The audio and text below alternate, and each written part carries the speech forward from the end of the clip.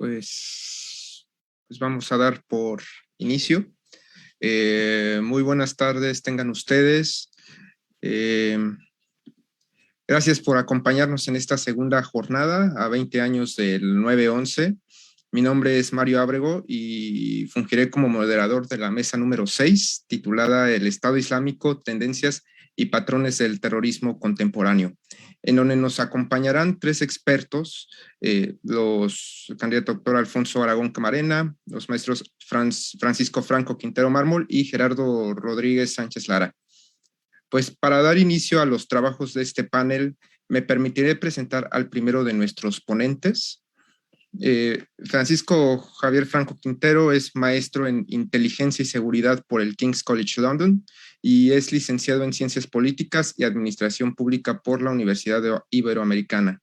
Cuenta con diplomados en Terrorismo Islámico por la Universidad Americana de Beirut, Líbano, y Políticas Públicas por la Universidad Iberoamericana. Es graduado del Centro de Estudios de Defensa William Perry y del Departamento de Defensa de Estados Unidos. Ha ocupado diversos puestos en los sectores público y privado en áreas de seguridad nacional e inteligencia, y actualmente es director de la consultoría ASIS Pensamiento Estratégico, especializada en temas de inteligencia y seguridad. Ha fungido como docente en la Universidad España y México, el Centro de Estudios Superiores Navales, el Centro Nacional de Inteligencia, la Escuela Militar de Inteligencia del Centro de Estudios del Ejército Fuerza Aérea y el Colegio de Defensa Nacional de Sedena, así como Policía Federal, el Instituto Nacional de Ciencias Penales, el Instituto Nacional de Administración Pública, la Universidad Americana, CIDE y Anáhuac del Norte. Además de ser autor de innumerables artículos académicos publicados en distintos medios y colabora en radio y prensa escrita y televisión en temas de seguridad nacional y seguridad internacional. Pues nos hablará del tema el terrorismo actual y su proyección hacia el 2030. Le concedo la palabra, maestro. Muchas gracias. Un gusto que estar con amigos, con colegas que conozco desde hace muchos años y expertos, por supuesto, en este tema. Pero sobre todo, pues muy honrado por la invitación y celebro, por supuesto, que estemos teniendo esta reflexión desde el ámbito académico a 20 años de un suceso muy importante. Por supuesto, el 9/11 sigue generando mucho de qué hablar. Todavía, por ejemplo, puedes hablar con algunos jóvenes y dicen, no, pues no me acuerdo mucho, pero realmente definió, por supuesto, nuestras vidas en muchos sentidos. Yo me considero quizás hasta hijo de esas generaciones donde el fenómeno de lo sucedido, de lo vivido ese día, no recuerdo muy bien dónde estaba, pues me hizo orientar muchos de mis estudios de maestría y mis actividades profesionales. Entonces, sigue dando de qué hablar. Creo que la reflexión es muy válida, lo que se está organizando en estas mesas. La reflexión es, insisto, muy, muy válida desde el ámbito académico y, por supuesto, hacia dónde va el terrorismo del siglo XXI y en los próximos años. Bueno, el terrorismo, pasamos de una época donde conocíamos ciertas organizaciones, ya sean de izquierda, de derecha, religiosas, que empezaron a operar durante los 90s, 80, 70, 60. Pero el terrorismo tenía una forma de operar bastante similar. Es decir, eran grupos que se formaban bajo cierta, pues, ¿cómo decirlo? Bajo ciertas instrucciones. Había que salir y había que conocer las técnicas del terrorismo, del combate urbano fuera de tu país muchas veces. Había que inmiscuirte con alguien que estuviera relacionado en el mundo. Es decir, era complejo ser terrorista en esos años. Por supuesto, tenías la ventaja de que también había mucho más desconocimiento sobre el fenómeno del terrorismo. Sin embargo, a partir del 2001 empieza a suceder algo, y es lo que quiero centrar en mi exposición, donde el terrorismo apareció un ataque terrorista extremadamente espectacular, el más grande que hubiéramos tenido registro, pero sobre todo el primer ataque terrorista en vivo. Sí, o sea, un ataque terrorista que, pues, eso, nos recuerda que todos lo vimos. Yo, insisto, me acuerdo perfectamente, pues, el primer choque del avión en la primera de las Torres Gemelas, y pues en ese llamó la atención de todos, pero el segundo todos lo vimos en vivo, ¿no? Era la primera vez, no solamente que era algo tan espectacular, sino que lo estábamos viendo en vivo. Tenía un montón de sucesos bastante interesantes, pegarle en el corazón de los norteamericanos en una ciudad como Nueva York, además, bueno, no solamente en Nueva York, sino recordemos pues también el avión que fue derribado y el otro avión que se estrelló en el Pentágono. Es decir, un ataque simultáneo. De por sí, los ataques simultáneos en el mundo del terrorismo no hay muchos, no había muchos hasta ese momento. Pues ahora demostraba una pequeña organización que era altamente eficaz para llevar a cabo un ataque terrorista simultáneo de grandes capacidades, porque pues eso, no solamente habían mostrado capacidad de lograrlo, sino algunas otras cosas bien interesantes. No se utilizó un solo explosivo, no se utilizó una sola arma ese día, o sea, más que pues navajas, ¿no? Para secuestrar el avión. Entonces, mostraban, pues eso, conocimiento, no solamente de disparar un arma, digo que no lo hicieron, sino de pilotear un avión. O sea, mostraban una serie de técnicas que no habíamos visto, que además mostraban que una organización como Al Qaeda, pues era la tercera vez que le pegaban a los norteamericanos, ¿no? Ya le habían pegado en sus embajadas de Kenia y Tanzania, ya les habían pegado en el US School en las costas de Yemen, o sea, ya les había pegado por tierra, por mar y les faltaba por aire, ¿no? O sea, era una organización que insisto, no siempre teníamos conocimiento de algún ataque terrorista, hasta esa fecha muy focalizado con 5 o 6 muertes o 50 muertes si quieres, pero no casi 3.500 personas muertas en un solo momento, 90 minutos. Entonces, eso dio un parteaguas. Además, sobre lo que vendría a ser el siglo XXI, nos trajo de lleno al siglo XXI, pero en segundo lugar, trajo enseñanzas sobre cómo iban a ser los ataques siguientes. Los ataques o la escuela que deja el 9/11 y que sigue siendo motivo de mucha reflexión para los servicios de inteligencia, es que el terrorismo se hizo, si bien espectacular, pero también se fue haciendo más simple.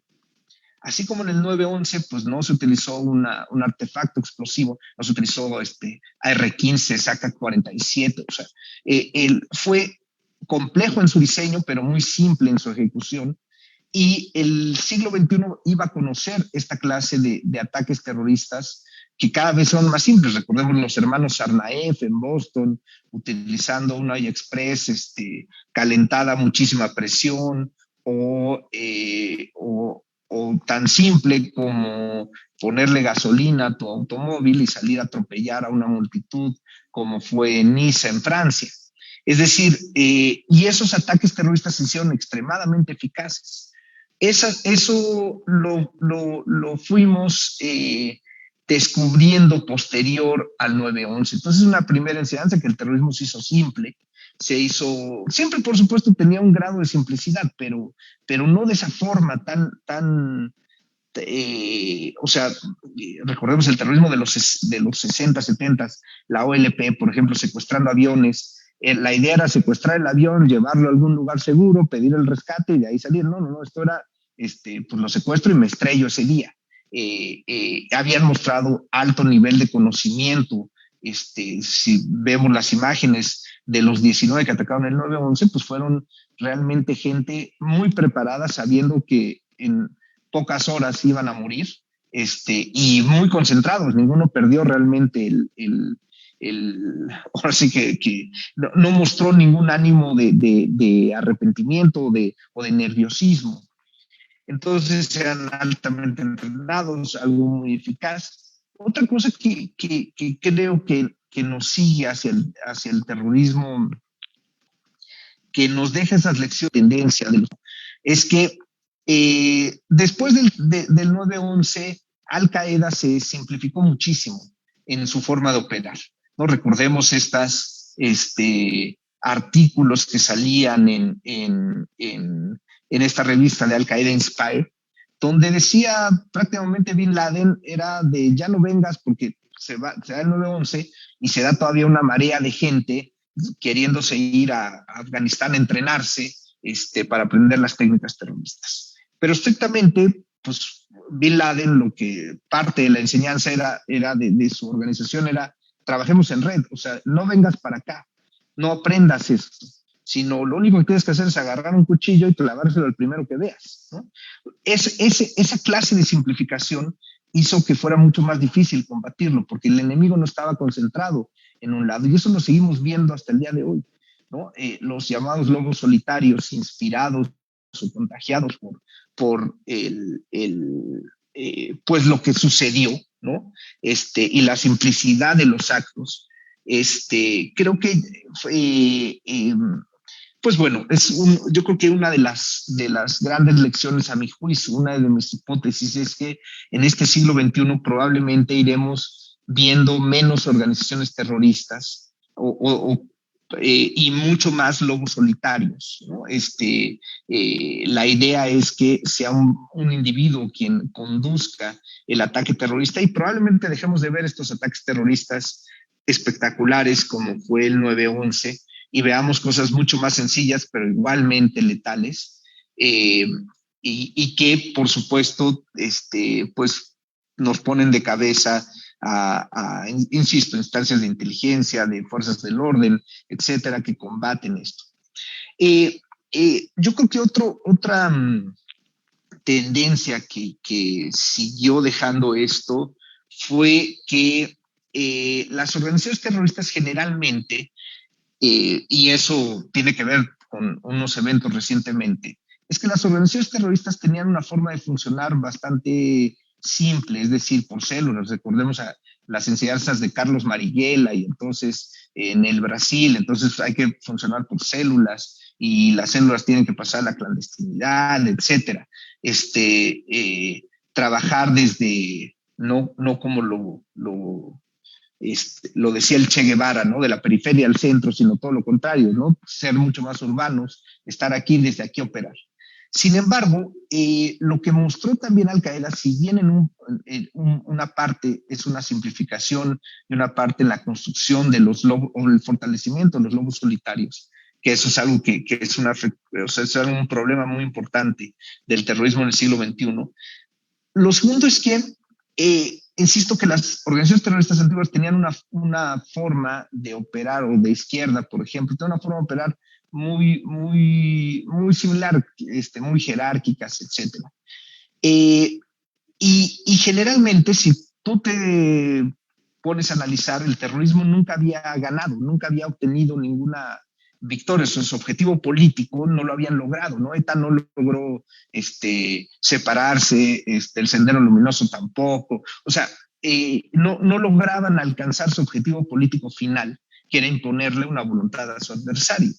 Sin embargo, organizaciones como Al Qaeda, como el Estado Islámico, lograron simplificarse, pero también lograron madurar y convertirse hacia organizaciones más de tipo insurgentes y lograr tener ganancias muy importantes. Una de las ganancias más importantes, pues lo acabamos de ver con el retiro de los norteamericanos de Afganistán. Es decir, eso en el ámbito del terrorismo no había sucedido, ¿no? O sea, el terrorismo terminaba siendo derrotado en algún momento de su trayectoria.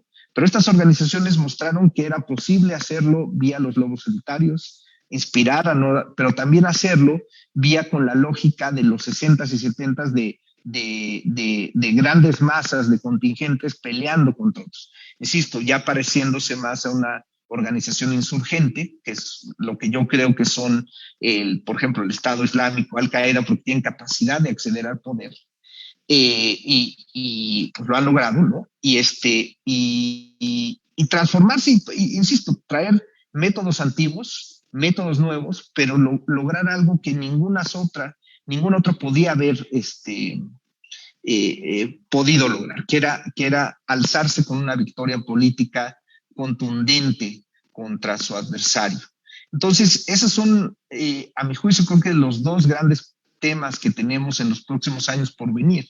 El primero, pues, es ese terrorismo simple, lleno de individuos terroristas, con artefactos totalmente indetectables, donde, por ejemplo, el tema aunque mis amigos de inteligencia financiera podrán decir, no, pues es que hay que seguir combatiendo el financiamiento al terrorismo. Pero digo, bueno, si tenemos un terrorismo tan simple, el financiamiento al terrorismo probablemente se hace menos relevante, porque hoy pues alguien va a trabajar en la mañana, gana su dinero legítimamente, le pone gasolina a su coche y sale a atropellar a una multitud, ¿no? O sea, no hubo en ningún momento financiamiento al terrorismo, ¿sí? O sea, todo lo hizo en el marco legal. Entonces, esa parte para nosotros es muy complicada, porque se va haciendo simple legítimamente, ¿no? O sea, tiene una apariencia legítima, todo, ¿no? O sea, lo que hace y comete el acto.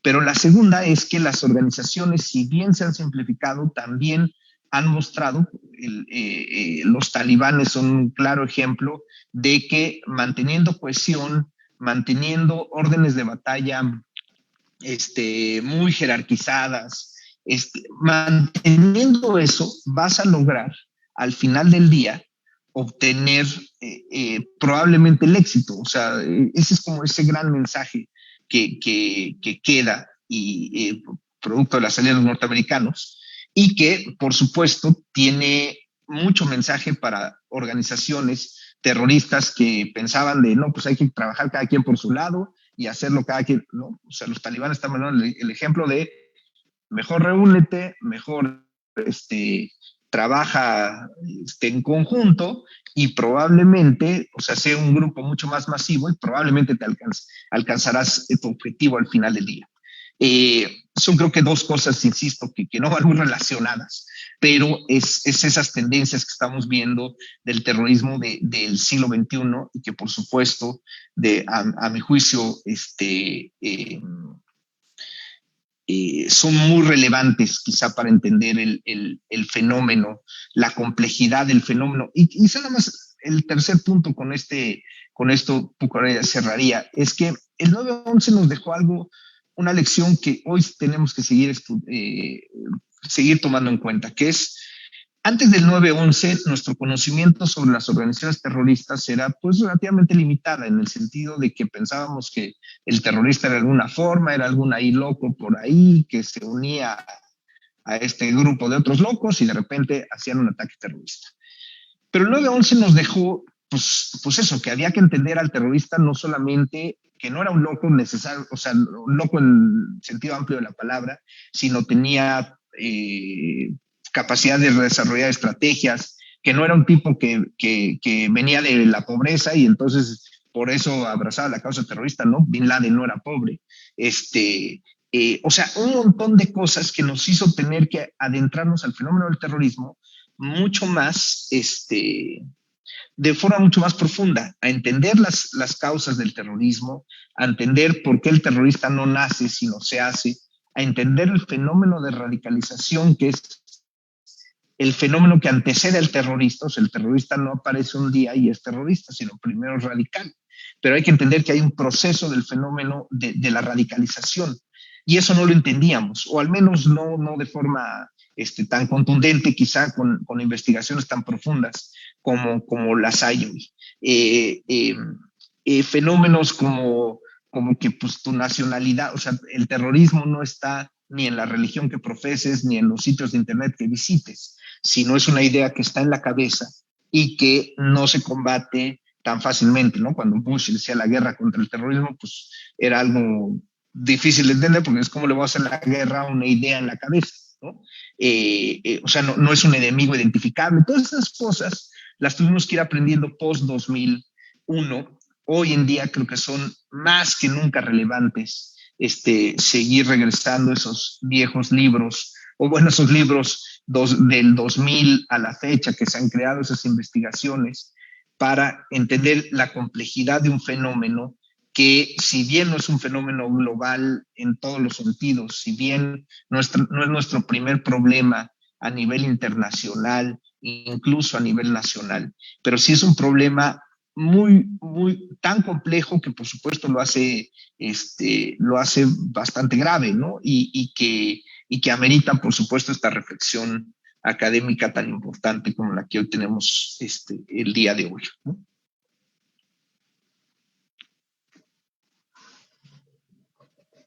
Pues muchas gracias, maestro Franco. Agradecemos la intervención del maestro Franco Quintero.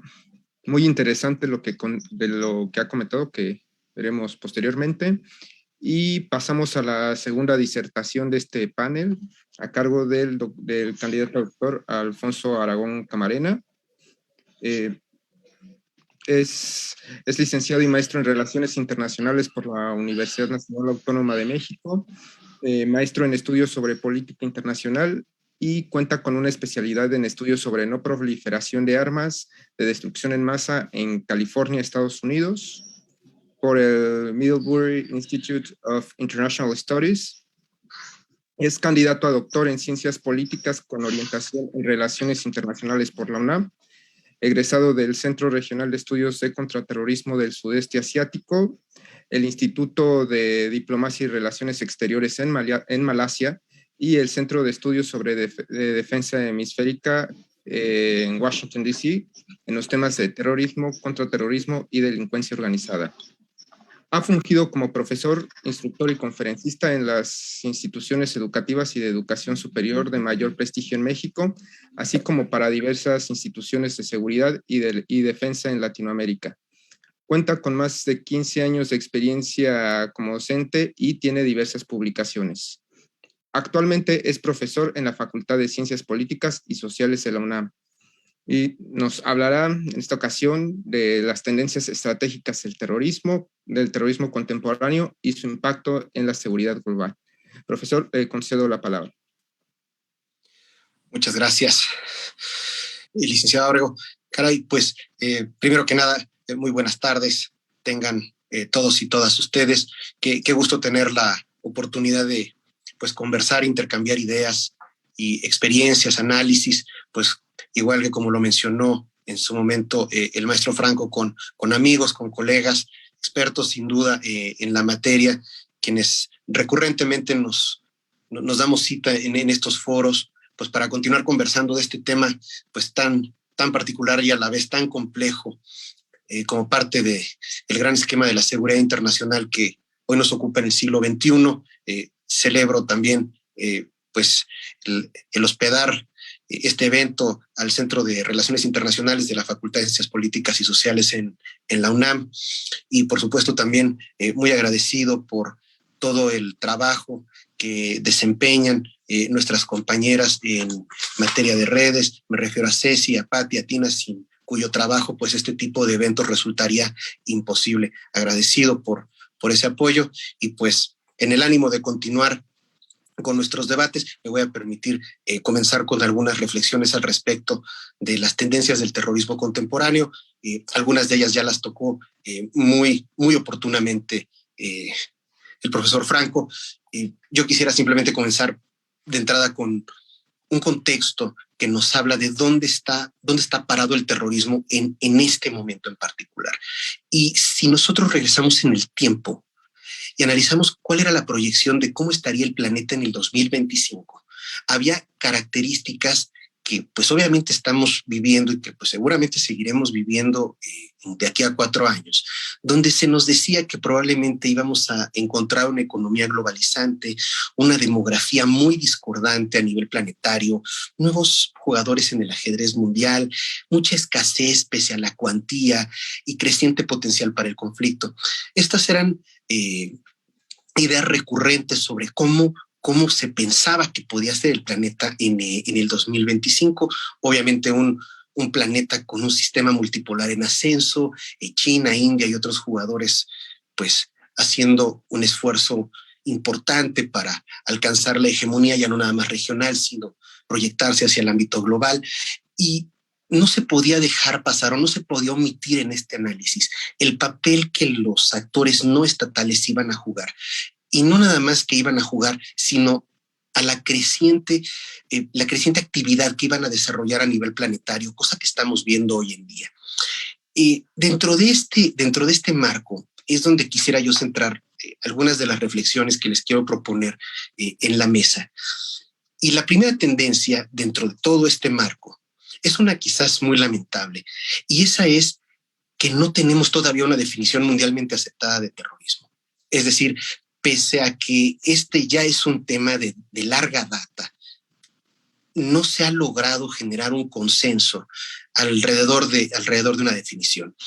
Comentaba en su momento, al tener la oportunidad de charlar con la doctora Rosas en la conferencia magistral de inicio de este seminario, y justamente todos aquellos factores inhibidores para la generación de esa definición, y quizás uno de los más importantes tiene que ver la naturaleza misma del terrorismo. Es decir, el terrorismo finalmente es una rama, es un estilo de la violencia dentro de la política, y eso obviamente implica pues enormes tipos de interpretaciones, muy distintos ramales de posible interpretación conceptual respecto de qué debe ser el fenómeno y qué no debe ser. Esfuerzos que vienen de la academia y, por supuesto, de las instituciones que se encargan de la seguridad y la inteligencia. Y, sin embargo, no se ha podido lograr la definición. A esto tendremos que sumarle, pues, un contexto exageradamente cambiante, muy rápido. Es decir, la velocidad del planeta se ha aumentado en muchos sentidos, en lo económico, en lo político, en lo social, y en la cantidad de las transformaciones que de manera sistemática, pero a la vez simultánea, se van presentando y que acompañan la evolución del fenómeno terrorista. Entonces, no nada más es un tema de interpretación de la esencia del fenómeno, sino también de la evolución tan rápida que va presentando con el paso del tiempo, que pues nos ha inhibido para alcanzar una definición mundialmente aceptada, entre otras muchas razones, donde podemos encontrar pues discordancias conceptuales entre potencias respecto a lo que debería ser o no debería ser, si debería tener más acento la motivación del perpetrador respecto a la forma en cómo se debe realizar, en fin, cosas que quizás en otro momento valdría la pena comentar con mucha mayor profundidad, pero esa sería la primera tendencia que se observa que no va a cambiar. Es decir, podríamos pensar que para el 2021 ya todo ese recorrido de violencia terrorista que hemos visto con el paso del tiempo sería suficiente para generar consensos, y lamentablemente no ha sido el caso. Entonces, esta sería una primera reflexión. La segunda es que además esta ausencia de definición se circunscribe en un momento que Marta Crenshaw, una de las grandes investigadoras y analistas en materia de terrorismo a nivel global, señala como una época en donde muy pocas personas tienen ahora la capacidad de poder generar daños inconmensurables respecto al tejido social, respecto a una región, un proyecto nacional, en fin. Es decir, el orden de las capacidades y las intenciones ha venido reduciéndose muy significativamente con el paso del tiempo, situación que ha podido ser aprovechada de manera práctica por agrupaciones terroristas, y eso también permite explicar, como lo comentaba muy bien el profesor Franco, el por qué ahora, con esta cercanía entre intenciones y capacidades, por qué ya no es necesario quizás tanto nivel de planeación para generar cierto tipo de terror, o simplemente el desarrollo de algunos actos violentos, vis a vis aquellos que requieren una enorme planeación, un enorme nivel de recursos monetarios para poderlas desarrollar. En fin, entonces, este momento en el que vivimos ahora, donde pocos individuos realmente pueden generar mucho daño, se apareja con otros temas como el de la tecnología aplicada, que son cosas que no quisiéramos ver, aunque a mi juicio es una hipótesis de trabajo que sostengo. Me parece que en el mediano y en el largo plazo lo que vamos a ver es la combinación de atentados tradicionales con la combinación de atentados cibernéticos o altamente tecnificados, Y a mi juicio creo que ese va a ser uno de las peores combinaciones que vamos a enfrentar como planeta, cuando menos de aquí hacia el 2050, en este periodo de construcción de esas capacidades, de acercamiento a la profesionalización y especialización del conocimiento por parte de los cuadros que tienen las agrupaciones terroristas. Y esto sin dejar de lado la posibilidad que, como bien mencionaba el profesor Franco, pues lobos solitarios puedan hacer esto. Y si bien es cierto, yo nunca he sido apólogo del tema de lobos solitarios, aunque sé que es un concepto en boga y finalmente aceptado. Creo que podríamos haber cambiado de animalito, en fin, pero simplemente para ponerlo en esa tesitura, me parece que no están exentos de esto que estoy hablando sobre las posibilidades de generar mucho daño siendo nada más una persona y desarrollando la convicción para generar algún tipo de violencia. Entonces, por una parte está la definición, tenemos este entorno complicado en la agenda internacional, la gran velocidad a la que se mueve el planeta, también la gran velocidad a la cual se está generando la evolución del fenómeno terrorista y sus agrupaciones. Y eso nos trae otro tema, además ahora, que nos va a implicar una suerte de convivencia muy interesante. Esperemos que no sea tan lesiva como actualmente se proyecta que puede ser, de terrorismos que en su momento nacieron en un contexto muy distinto al que tenemos ahora, pero que continúan vigentes, vis a vis otros que están naciendo en este momento, en un contexto, insisto, muy distinto, pero con características y modus operandi que se van a tender a combinar con aquellos que ya existían. Es decir, hoy todavía tenemos agrupaciones terroristas que pugnan por seguir existiendo, pero que ya tienen una larga data de experiencia, como el Ejército Revolucionario Irlandés, como en su momento también, entre comillas, dicen es o fue el caso de ETA, el mismo caso de Al-Qaeda o algunas agrupaciones en el sudeste asiático que vienen luchando desde la década de los 70 por distintos motivos, que ahora pues se aparejan con grupos nuevos que van naciendo como el autonombrado Estado Islámico o Daesh y otros grupos en el planeta de muy distintas denominaciones. Esa combinación de experiencias o de grupos muy experimentados que continúan vigentes respecto a otros nuevos también va a suponer un reto distinto respecto a la forma en cómo analizamos el fenómeno terrorista. Entonces, esos por una parte serían elementos que a mi juicio son indispensables para poder entender el terrorismo contemporáneo y cómo se van generando más fuertes como tendencias para el futuro próximo. Y ya dentro de este gran escenario que planteo, me parece que valdría la pena tocar ya algunos casos muy específicos que también marcan nuestros tiempos. Y uno de ellos en particular es la caída del califato, es decir, la caída del proyecto del Daesh, de generar un califato donde físicamente se iban a ver sintetizadas sus aspiraciones como organización, finalmente es derrotada militarmente hablando, lo cual no necesariamente significa que sea derrotado el grupo. Lo que significa es que está derrotado un proyecto. El grupo continúa vigente, continúa activo en varios lugares del planeta y están procurando demostrar fuerza en varios lugares, como en lo que ellos llaman la provincia de Al-Khorasan. Hoy estamos hablando del caso afgano y sus alrededores. Para esto, la pregunta que entonces nos hacemos en materia de nuevas tendencias es, ok, el califato fue derrotado en Siria. La pregunta es, ¿podríamos esperar algún proyecto de califato ahora en otro lugar? Y si es así, ¿en dónde podríamos verlo florecer de alguna manera, considerando quizás las características que le pudieron dar vida en el caso sirio? Y aquí hay análisis que son muy diversos, hay analistas que pues se decantan por mencionar que probablemente África, el continente africano, sería un lugar importante para el desarrollo de un nuevo proyecto de califato. Esto obviamente enfrentará cualquier cantidad de resistencias, sobre todo por parte de los mismos militantes del Daesh. Es importante recordar que Daesh en este sentido, como organización, mantuvo una postura de exclusivismo teológico muy importante, es decir, a pesar de que tenían alianzas con otros grupos que también se asumían dentro del marco del Islam como sunitas, lo cierto es que no eran bien vistos por los militantes más ortodoxos del propio Daesh, asumiendo que no podían ser vistos de manera igual, y por lo tanto trasladar el proyecto del califato a un lugar que no sea el oeste asiático también podría suponer cualquier cantidad de resistencias a ese respecto, independientemente de las ventajas tácticas que podría ofrecer. Entonces, digo, yo sé que esto es un tema probablemente para incluso toda una mesa, pero quisiera dejar aquí nada más la semilla de la reflexión. Diría también mi buen amigo, colega y experto Gerardo Rodríguez, la provocación la dejo sobre la mesa en este respecto, porque me parece que es un tema que vale la pena tocar, es decir, dónde va a estar el nuevo califato si es que eso se quiere realizar. Hay otras personas que sugieren que no es el continente africano, sino que más bien tenderá a ser un lugar como el sudeste de Asia, donde encontramos un país como el de Filipinas, altamente afectado por la actividad terrorista, donde también hay una convivencia importante de grupos de corte islámico yihadista. Entonces, en fin, hay mucho que se podría platicar aquí.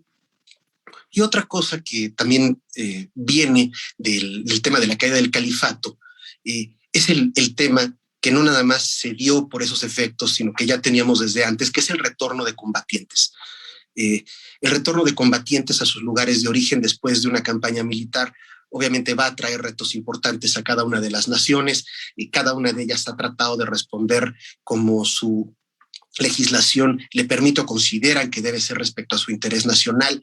Esto se vuelve muy complejo porque en el medio hay una serie de discusiones interesantes sobre si los países deben recibir o no las familias de combatientes que en su momento fueron a un lugar para desarrollar violencia y ahora regresan a sus naciones de origen con una gran carga de experiencia, no solamente en materia militar, sino también en materia de procuración de fondos, reclutamiento, técnicas antipoliciales, en fin, una pléyade de retos que se le proponen a los estados. Obviamente es un reto fundamental. La pregunta es ¿a dónde van estas personas? Si el expertise de estas personas es aprovechado en otras luchas. Obviamente la respuesta es sí. Lo que nos tenemos que preguntar es exactamente a dónde. El proyecto del califato derrotado pues genera una migración de combatientes hacia muchos lugares. Algunos de ellos se quedan en la región, pero otros prefieren irse a seguir combatiendo a África, otros regresan y también combaten en el sudeste asiático, probablemente Europa, en fin. Otro tema que vale la pena dejar sobre la mesa, pero que sabemos que es una tendencia importante y que no se va a terminar en los próximos años. Sobre esto también valdría la pena hablar del debilitamiento, entre comillas, de la estructura organizacional del autonombrado Estado Islámico.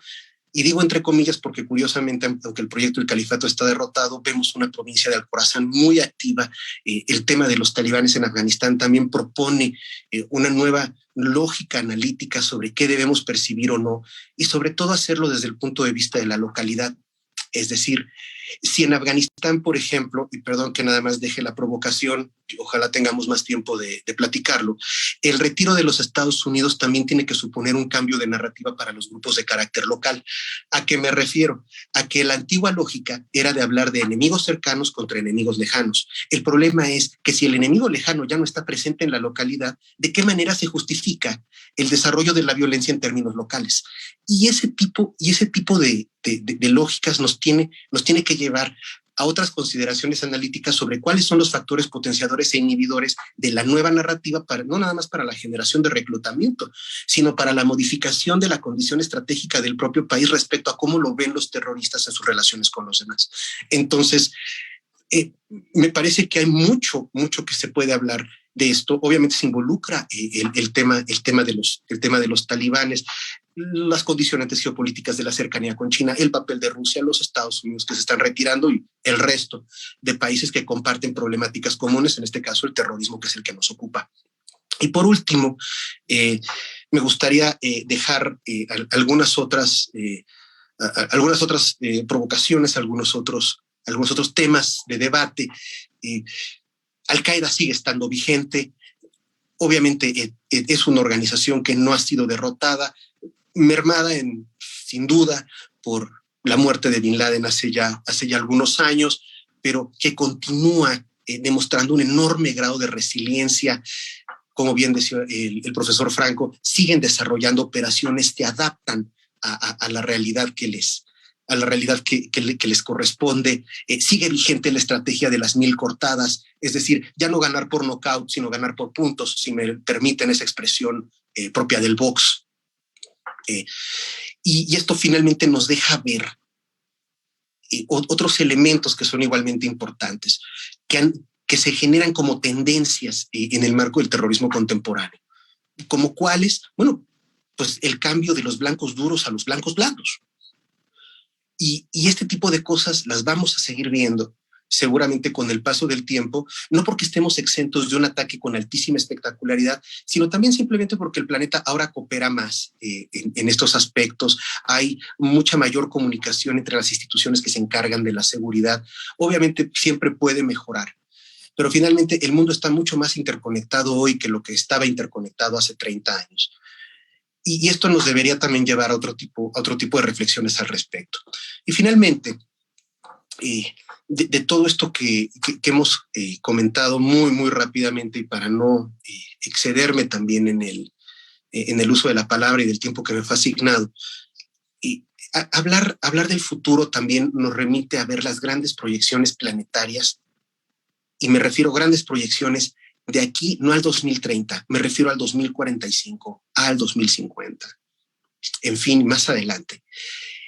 Y curiosamente, en los documentos que ahora se perfilan como algunos de los más importantes en esas materias, en ninguno de los casos se percibe que el terrorismo vaya a dejar de existir o vaya a dejar de tener preeminencia en la agenda de seguridad como la tiene ahora. Es decir, en ninguno de ellos se señala que el fenómeno va a experimentar una baja importante o que tienda a desaparecer por alguna razón. Y eso me parece que también es objeto de una preocupación analítica, porque estos documentos están generados no necesariamente desde el análisis de tipo político, hay análisis económicos al respecto, hay análisis sociales también al respecto. Entonces, esto quizás, colegas, sería lo que yo quisiera dejar sobre la mesa a manera de reflexión, entendiendo que obviamente hablar de tendencias del terrorismo contemporáneo es un tema obviamente mucho mayor, pero que esperemos tengamos otra nueva oportunidad de continuar conversando en este respecto. Yo aquí quisiera dejar mi reflexión, nuevamente pues agradeciendo al Centro de Relaciones Internacionales de la Facultad de Ciencias Políticas y Sociales el hospedar este evento, a mis colegas en la mesa, de quienes por supuesto siempre tengo oportunidad de aprender y con el gusto siempre de compartir, y por supuesto la moderación del profesor Ábrego, que nos acompaña desde tan lejos para sumarse a este esfuerzo analítico y de intercambio. Muchísimas gracias. Tengan ustedes una excelente tarde. Pues agradecemos el análisis del profesor Aragón y procedemos a darle la palabra al maestro Gerardo Rodríguez Sánchez Lara, a quien me permitiré presentar brevemente.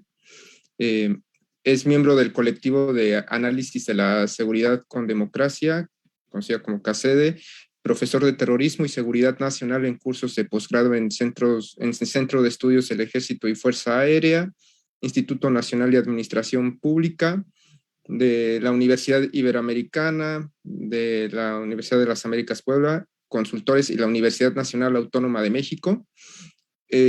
También como coordinador del Índice Global de Impunidad y del Índice de Impunidad de México, de la Universidad de las Américas Puebla, junto con el doctor Juan Antonio de la Clerc Ortega.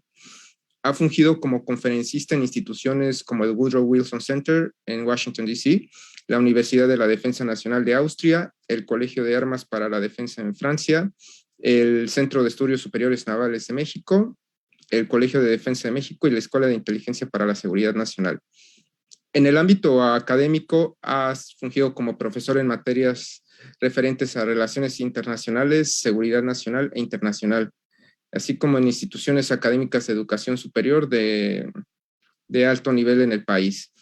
Es miembro de la Asociación Mexicana de Estudios Internacionales, AMEI, y de la World Association for Public Opinion Research.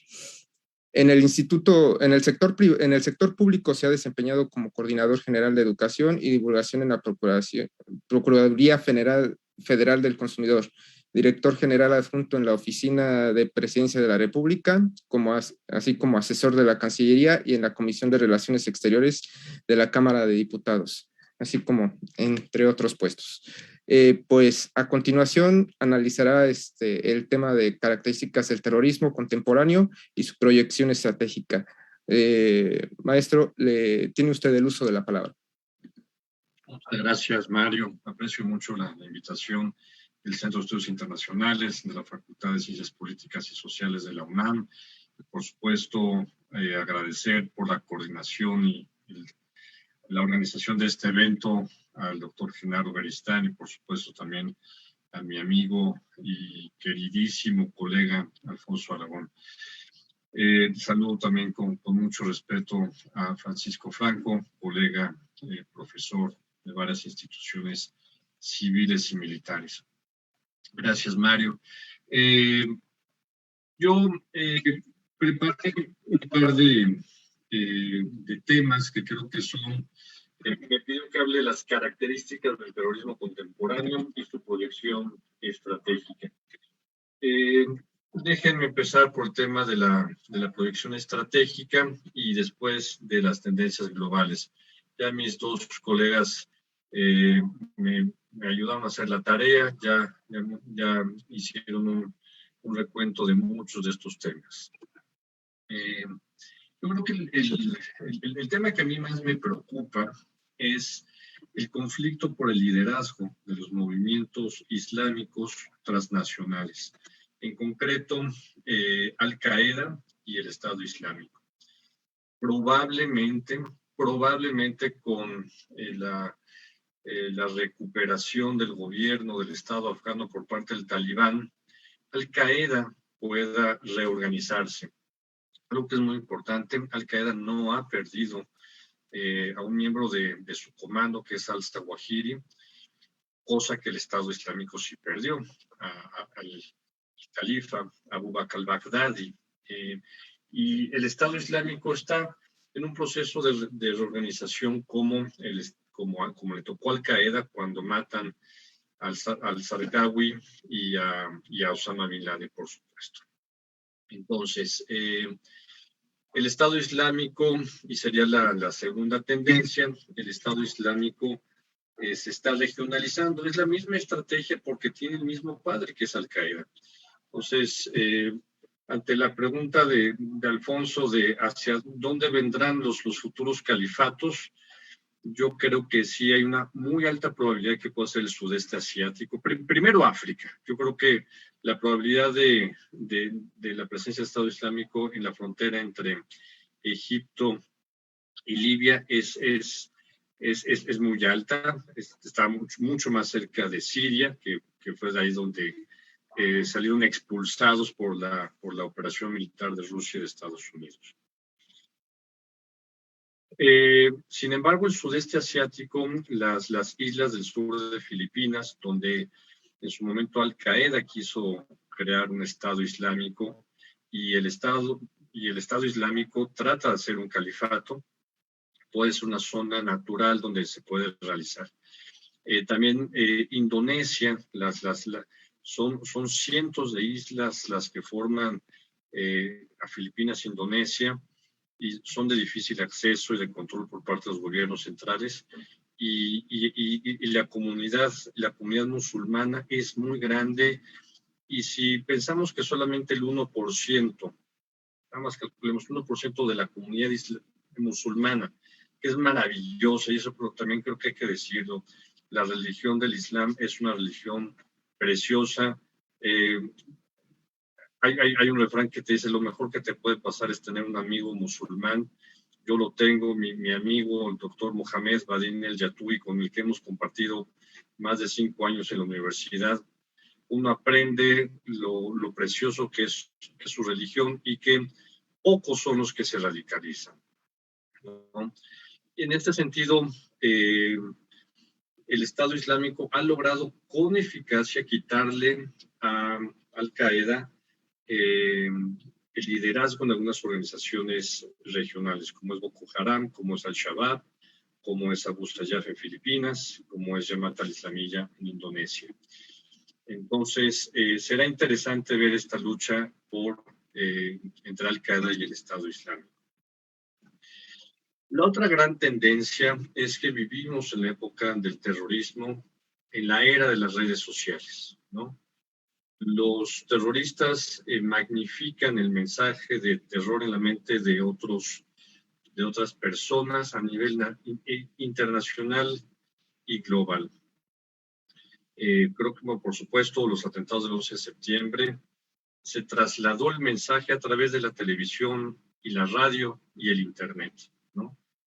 Pero ahora los atentados, por ejemplo, del 13 de noviembre en París, en Francia, los tenemos casi en momentos instantáneos en nuestro teléfono celular. El terrorismo llegó ya no solamente a las televisiones en las universidades. Yo estaba en la universidad cuando sucedieron los atentados del 11 de septiembre. Ahora nos llegan en cualquier momento las imágenes de atentados terroristas en donde estemos. En nuestro cuarto, en la sala de nuestra casa, en la calle, en la escuela. Pensemos por un momento lo que fue la crisis internacional global de los atentados en París. Saber que por varias horas había una situación de secuestro en Bataclan, que había gente secuestrada, los familiares, París en estado de emergencia, en estado de sitio, que hubo un atentado simultáneamente en el estadio de Saint-Denis, en París, en Francia. Imagínense cerca de 40,000 espectadores en el estadio de Saint-Denis, cómo bombardearon a sus familiares, a sus amigos de lo que estaban viviendo, de cómo se paró ese partido de fútbol. La gente en el Bataclan, los vecinos en la calle trasera del Bataclan, filmando cómo se estaban aventando el segundo piso, la gente para salir huyendo y la gente que se arrastraba y que murió en la calle de atrás del Bataclan. Todo eso lo vimos en tiempo real, ¿no? O la explosión, el atentado en Boston, en el maratón. Ya no necesitamos que las grandes cadenas de televisión estén apuntando hacia las Torres Gemelas o en el 72 con el atentado terrorista, el secuestro de los deportistas israelíes por septiembre negro. Entonces, vivimos la época del terrorismo en las redes sociales y ellos lo saben y lo magnifican. La siguiente característica del terrorismo contemporáneo es la convergencia entre conflictos internos, ¿no? Nacionales. Piensen por favor en África, en el Sahel, en el centro de África, con el crimen organizado transnacional y grupos terroristas, ¿no? Naciones Unidas, esta es una de sus principales áreas de preocupación, por lo cual antes de solicitar y aprobar cualquier compañía desplegable de operación de paz, se les comenta que existe esta terrible convergencia de conflictos armados, de criminalidad organizada y de grupos terroristas. Es el caso de la operación en Mali, de la operación también en la República Centroafricana y en la República Democrática del Congo, en donde conviven traficantes de droga que proviene principalmente de Sudamérica, que sale de Brasil y de Venezuela y que sube por el Golfo de Guinea, que alimenta de recursos y de droga, por supuesto, también estas organizaciones criminales que les permiten el paso hacia arriba, hacia el Mediterráneo, ¿no? Entonces, esa es otra tendencia que tienen en el radar, sobre todo el Comité de Operaciones para el Mantenimiento de la Paz de Naciones Unidas, y que no hay que olvidar que México tiene mucha presión para mandar cuanto antes, en cuanto la situación lo permite, las necesidades de Naciones Unidas lo hagan, de una compañía de cascos azules mexicanos ya, no solamente de observadores, y el propio subsecretario de Naciones Unidas para Operaciones de Paz lo dijo hace 2 años en el Colegio de Defensa Nacional. México está llamado a estar en operaciones complejas por la experiencia que tienen sus fuerzas de seguridad en estas terribles circunstancias de combinación de conflictos internos y delincuencia organizada. Otra tendencia, yo creo que en este sentido positiva, y aquí no coincido con mi colega Franco, es que la cooperación internacional para prevenir el financiamiento al terrorismo ha sido terriblemente exitosa.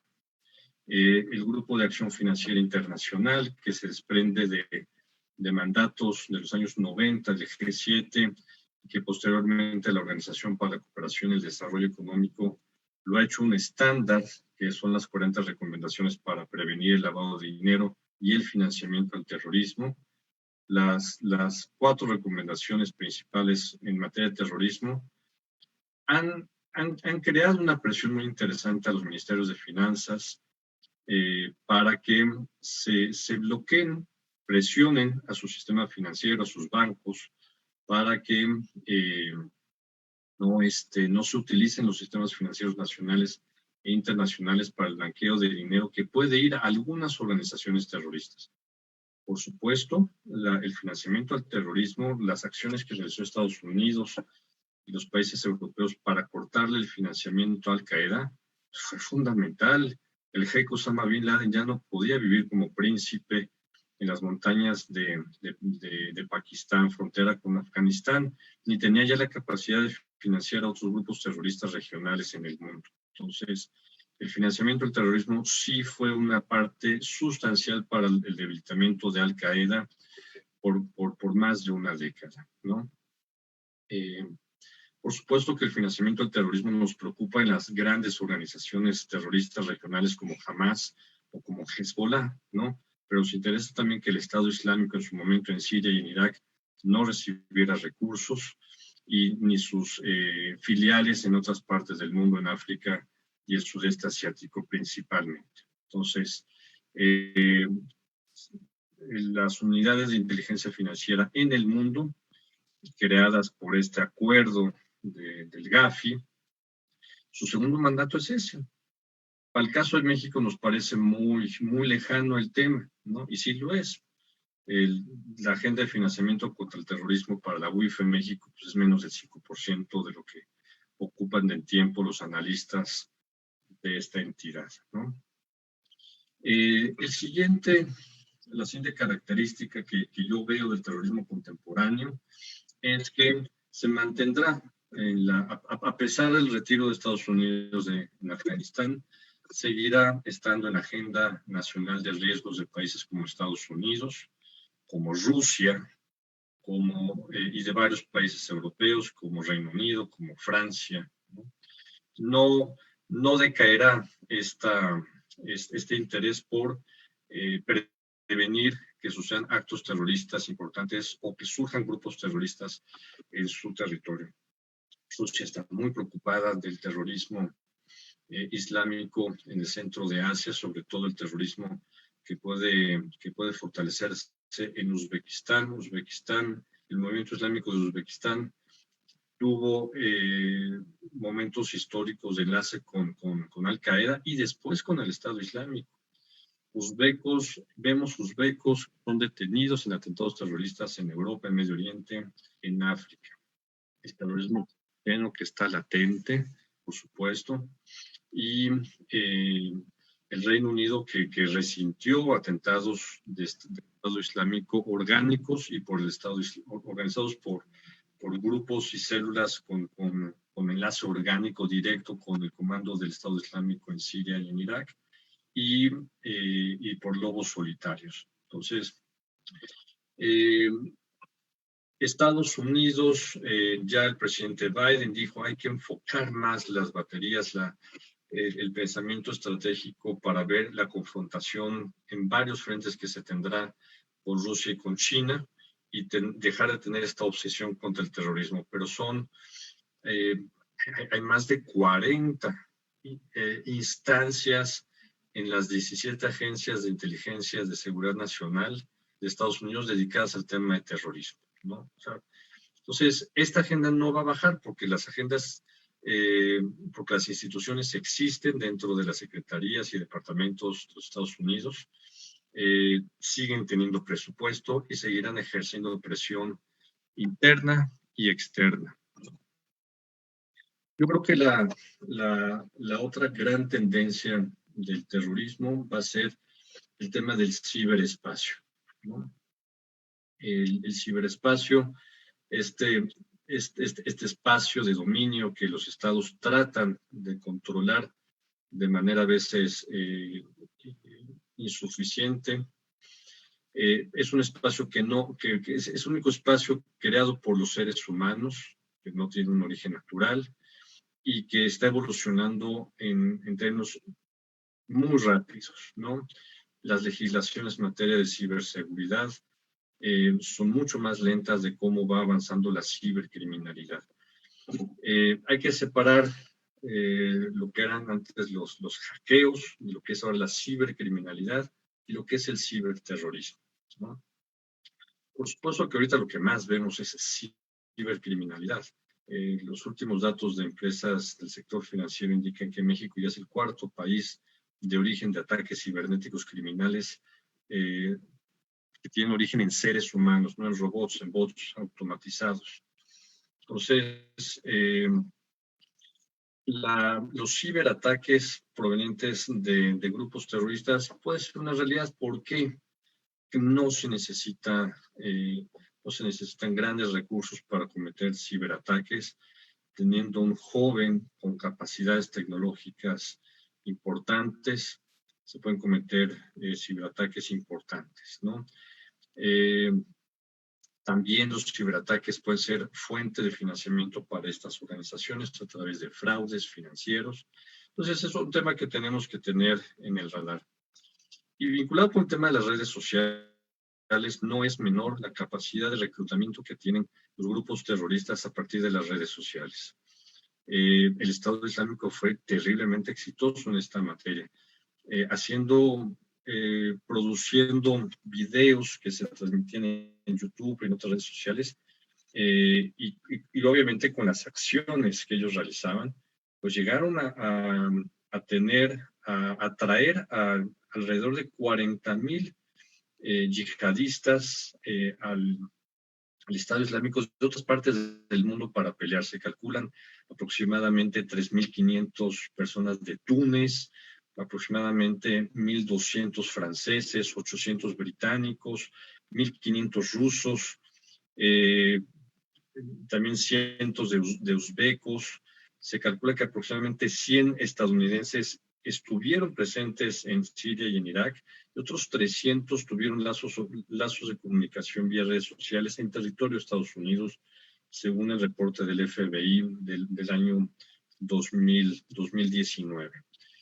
Entonces, el terrorismo, para ir cerrando, el terrorismo evoluciona, Alfonso lo dijo muy bien, el terrorismo evoluciona como evoluciona la humanidad.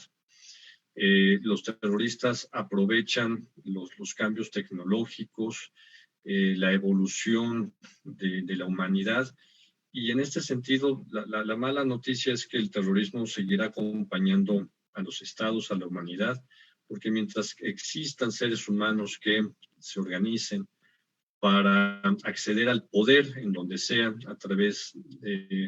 por medios violentos, existirán el terrorismo como método, ¿no?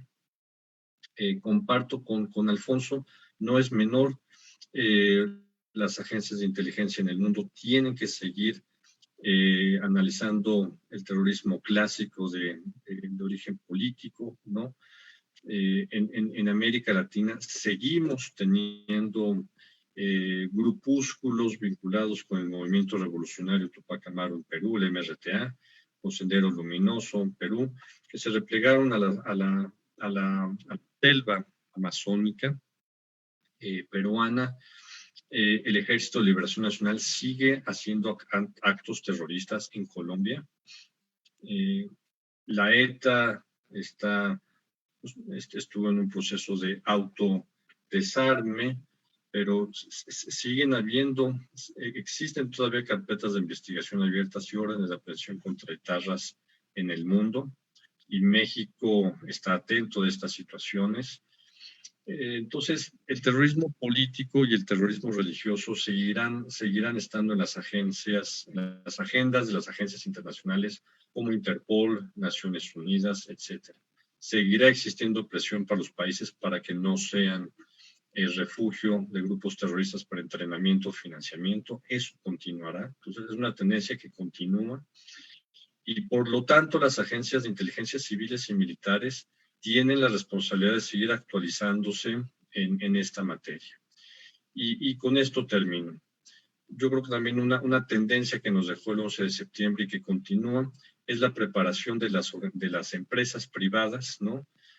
Para estar atentas, preparadas para prevenir atentados terroristas o actuar si sucede un acto terrorista, como bien lo dice Alfonso, en los blancos blandos, ¿no? Como pueden ser las entradas, los vestíbulos de espacios turísticos, de recreación, de transporte, hoteles, aeropuertos, etcétera, centros comerciales. Los primeros respondientes son empresas de seguridad privada, normalmente en lo que llega un grupo de reacción en materia de antiterrorismo contra terrorismo. Entonces, creo que es otra tendencia. Empresas privadas, sector financiero, está en sus agendas el tema de terrorismo. Muchas gracias, Mario, por la moderación y aquí termino. Gracias, Alfonso. Gracias, Genaro. Muchas gracias, maestro Rodríguez Sánchez Lara, un magistral análisis. Pues la mesa ha sido muy enriquecedora respecto a diversos temas en torno al terrorismo, y muchas de las cuales son sin duda ejes de discusión torales en esta materia de la mesa. Bueno, para hacer una recapitulación de las ponencias, bueno, el maestro Franco nos habló de cómo el terrorismo se ha vuelto más simple, más complejo en su diseño, o sea, complejo en su diseño, pero simple en la ejecución. Respecto a esto, lo ejemplificó con las organizaciones terroristas en ese fortalecimiento a través de los lobos solitarios, de los llamados, como se le ha acuñado a lobos solitarios, en esas formas de operación que han surgido que han evolucionado las organizaciones terroristas, al igual que organizaciones como Al-Qaeda y Daesh, que simplificaron y maduraron como organizaciones hacia tipo insurgentes. También nos habló de cómo estas mismas organizaciones han mantenido esa cohesión y órdenes de batalla jerarquizadas, las cuales han obtenido éxito.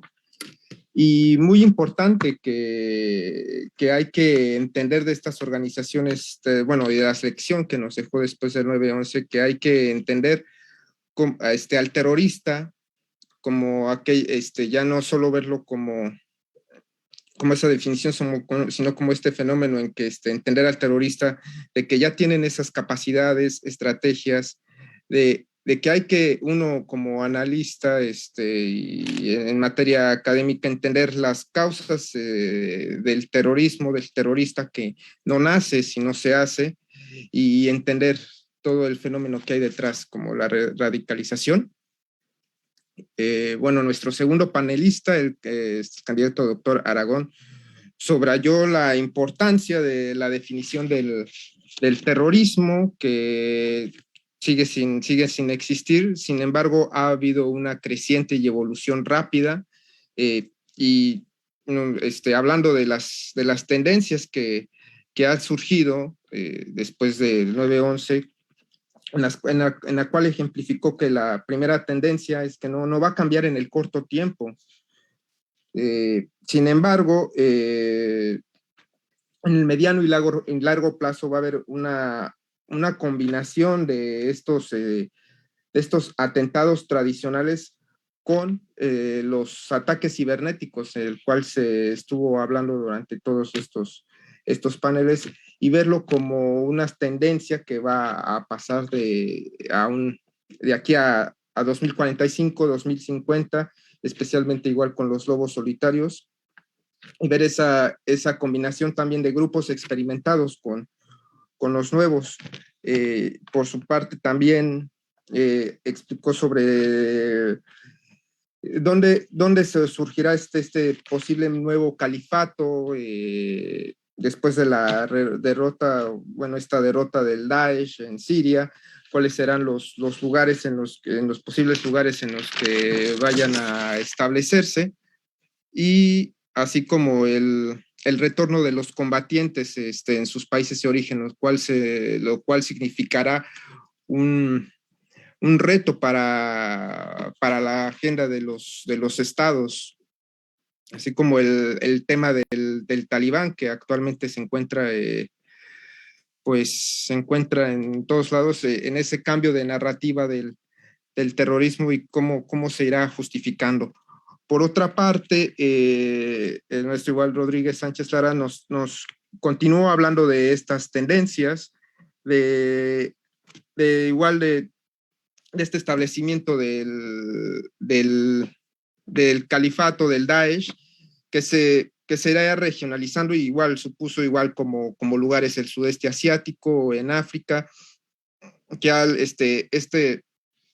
este choque que entre Al-Qaeda y Daesh en el frente en dos lugares, en diferentes partes del mundo, así como otras tendencias del terrorismo, el cual que se verá, por ejemplo, el terrorismo en las redes sociales, la convergencia de los conflictos armados internos con la delincuencia organizada y las organizaciones terroristas, la cual ejemplificó con operaciones en África, en Mali, en República Centroafricana, de estos movimientos que hay en cuanto al tráfico de armas, de drogas, por su paso en el mundo, así como la cooperación internacional para combatir el financiamiento al terrorismo y la exitosa actuación de estas unidades de inteligencia financiera a través de cooperación en las agencias en el mundo, y la cual supondrá que habrá que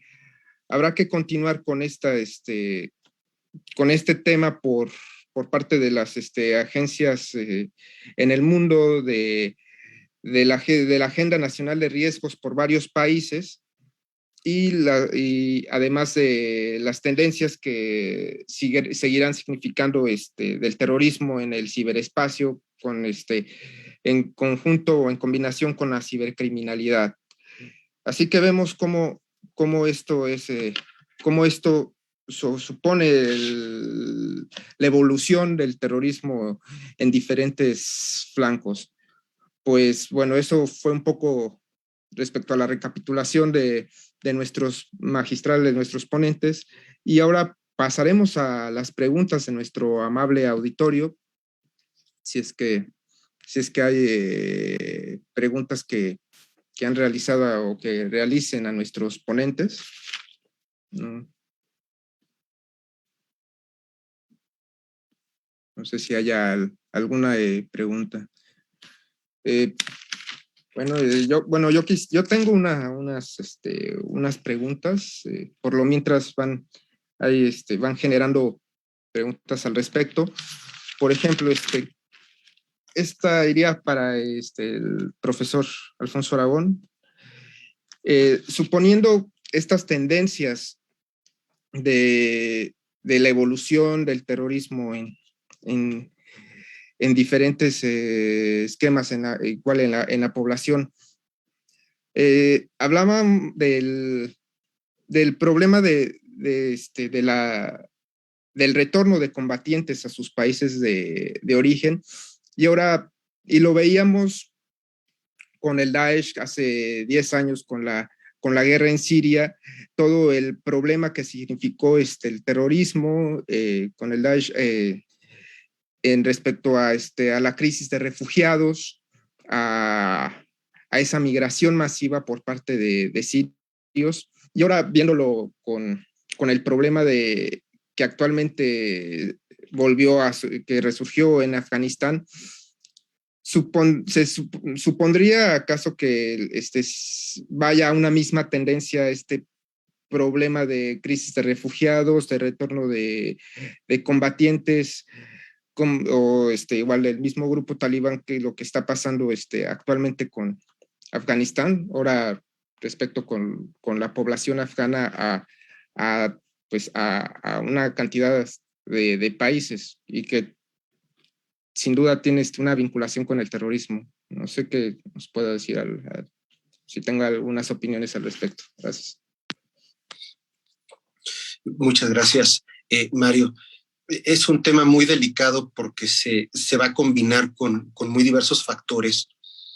El tema es que el desplazamiento que tuvo lugar con base en la victoria pues, militar de Estados Unidos, Rusia y el resto de los aliados en esta operación tan grande en Siria, obviamente dio cuenta de lo que implicó en otros momentos que ya hemos tenido también en la historia el retorno de combatientes a sus lugares de origen.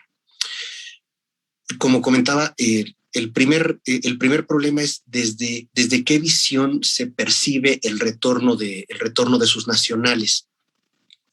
Lo comento porque hubo gente que sí decidió regresar a sus países de origen. Es decir, hay muchas formas de leer el problema. Muchas personas regresaron a sus países, pero ya no regresaron a pelear. Otras personas regresaron a sus países con la intención de continuar la lucha. Otras personas decidieron no regresar a su país, pero irse a otros países a continuar la lucha. Y otras personas simplemente decidieron irse a otros lugares para no ser apresados por las fuerzas de seguridad, buscando quizás países que tuvieran pues, legislaciones más laxas en la materia o que tuvieran fronteras porosas por las cuales pudieran permanecer ocultos a los esfuerzos de seguridad. Y la crisis que tú muy amablemente mencionas tiene que ver con qué pasa con, por ejemplo, el caso de las familias que acompañaban o familias que se generaron durante el conflicto, si los países debían recibirlas o no, y hay toda una enorme gama de posibilidades a ese respecto. Hay países que, por ejemplo, deciden no recibir a las familias de combatientes. Otros dicen que sí, y esto ha tenido incluso debates ya en el tono humanitario sobre qué se debería hacer específicamente con los familiares de estas personas, ¿no? Y ya específicamente el retorno de los combatientes en particular, claro que supone un riesgo, porque finalmente es gente que viene con experiencia desde muy diversos ángulos de la lucha que presenció y de la que en su momento tuvo la lamentable oportunidad de aprender, por la forma en cómo se van a concebir en el futuro las actividades que pueda llegar a realizar. Y eso, otra vez, es otro problema. No es lo mismo que a un país le regresen 3 connacionales con experiencia en el conflicto a que le regresen 400. Y mencionaba muy bien el maestro Rodríguez que esto ya lo hemos visto. Es decir, él tocó el caso del sudeste asiático y hay gente que está regresando hacia Indonesia, hay gente que está regresando hacia Malasia, hay gente que está regresando hacia Filipinas. Y mucha gente se pregunta, bueno, ¿y esto tiene alguna otra consecuencia estratégica a nivel nacional? Sí, sí la tiene. Tan es así que Filipinas hoy día está tratando de reorganizar su legislación en la materia con una lógica contraterrorista muy, muy profunda. Entonces, claro que hay consecuencias de todo esto. El retorno de combatientes involucra mucho más que el regreso de una persona calificada. Tiene que ver con familias, tiene que ver con proyección de riesgos, tiene que ver con posibles asociaciones con otras personas, las posibilidades reales de que se afecte distintas fórmulas del proyecto en lo político, en lo económico, en lo social, a donde vayan. Es decir, se acompaña de muchísimas cosas más, pero que muchas veces no alcanzamos a ver de la mejor forma. El maestro Rodríguez ponía los números, ¿no? de ver cuántas personas se habían identificado que habían llegado seducidos o seducidas por la narrativa del Estado Islámico. Bueno, pues también es gente que en su momento regresará si es que no murió en combate o no decidió irse a otro lugar, y eso supone retos muy importantes para cada estado. Y a eso tendríamos que sumarle, que es un tema después aledaño a también, si regresan y son apresados, pues ¿qué pasa con el sistema penitenciario del país en turno? Es decir, una vez que están ahí y son apresados por fuerzas de seguridad, exactamente qué tratamiento se les da, si esto supone alguna particularidad, porque de entrada es sabido, y el caso español es muy claro en estos respectos, que pues mandar gente con experiencia de terrorismo a las cárceles puede suponerles un grave problema, sobre todo por los esfuerzos de reclutamiento interno que pueden tener. Pero en fin, lo quiero dejar aquí. Yo sé que el tema es mucho más grande, pero agradezco mucho la pregunta, Mario. Muy amable. Gracias, profesor Aragón. A continuación tenemos otra pregunta para nuestros tres panelistas, la cual dice, ¿es posible que el triunfo de los talibanes se revitalice el terrorismo del Daesh o de Al Qaeda?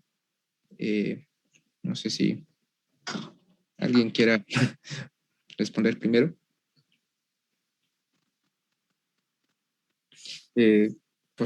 Por favor, maestro Rodríguez.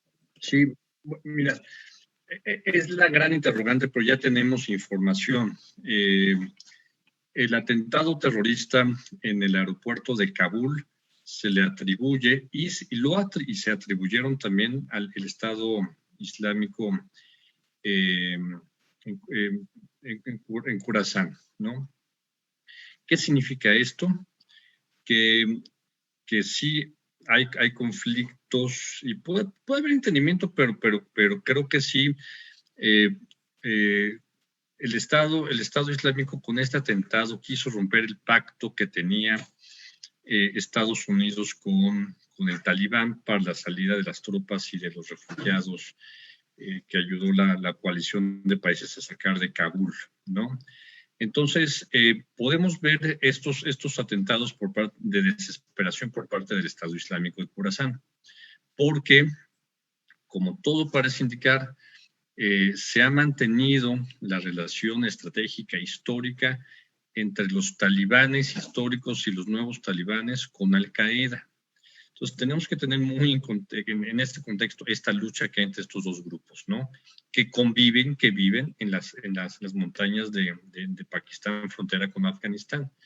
Entonces, yo creo que va a ser muy interesante lo que tenemos que seguir viendo esta lucha y si el Talibán va a proteger a Al Qaeda, porque esta podría ser la revancha de Al Qaeda con respecto al Estado Islámico, ¿no?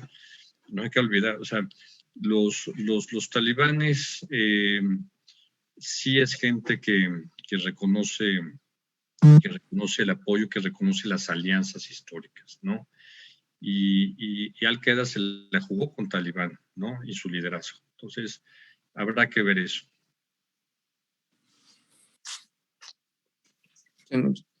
Así es, maestro Rodríguez. ¿Alguien más quisiera responder a la pregunta? Si no, la leo nuevamente. Adelante, profesor Aragón. Coincido totalmente con el maestro Rodríguez. Yo creo que hay que considerar las antiguas alianzas y quizás colocar otros elementos también para ver cómo se puede desarrollar la conducta de los talibanes al respecto. Porque lo cierto es que los talibanes en este momento, estaremos de acuerdo, no son los talibanes de hace 30 años. Estos son otros talibanes. Y son talibanes que ya vivieron la experiencia de combate con los Estados Unidos, pero también entienden el valor de la estabilidad de gobierno, porque finalmente son un grupo que está llegando al poder y lo primero que les interesaría sería poder generar condiciones para que el gobierno se desarrolle. Entonces, si esa es la lógica práctica de los talibanes, la relación con China, el reconocimiento internacional que puedan tener para efectos del proyecto de su nuevo gobierno, también se va a ver directamente relacionada con la forma en cómo se vinculan con estas organizaciones con las cuales muy bien el maestro Rodríguez lo pone sobre la mesa, pues han tenido históricamente. Y esa suerte de equilibrio que están en la obligación de generar, va a determinar en buena medida hacia dónde se va a mover el tema. Yo, como mencionaba el maestro Rodríguez, yo también creo que hay una cercanía importante de parte de la parte más ortodoxa talibán con respecto de los Al-Qaedas, de los miembros de Al-Qaeda, pero pues también es cierto que si se plantea estrictamente de esta forma, quien lleva de perderlas ahí es efectivamente el Estado Islámico. Y eso habría que considerarlo después con el resto de relaciones que se van a mover, porque lo cierto es que dentro de Afganistán, y obviamente también lo mencionó muy bien el maestro Rodríguez, en la frontera con Pakistán conviven muchísimos grupos de carácter local y no todos ellos necesariamente son seducidos por el llamado de una estrategia que tiende a ser más corporativa como la de Al-Qaeda o como la del Estado Islámico. Es decir, pensar que necesariamente todos los grupos locales automáticamente se van a poner del lado de la franquicia de alguno de estos dos, también es un poquito complicado. Es decir, habrá que ver hacia dónde van algunos de estos grupos. Pero en fin, lo quiero dejar aquí porque también me parece el maestro Franco también va a realizar una aportación. Muchas gracias. Gracias, profesor Aragón. Adelante, maestro Franco. Yo creo que sí. La respuesta a la pregunta sería sí, porque Al-Qaeda y los talibanes no es la primera guerra que pelean juntos, ¿no? O sea, la pelearon en 79 contra los soviéticos, entonces se conocen de hace tiempo. No son los mismos, pero por supuesto vienen en una alianza importante. Ahora, lo que pasa es, a mi juicio creo que es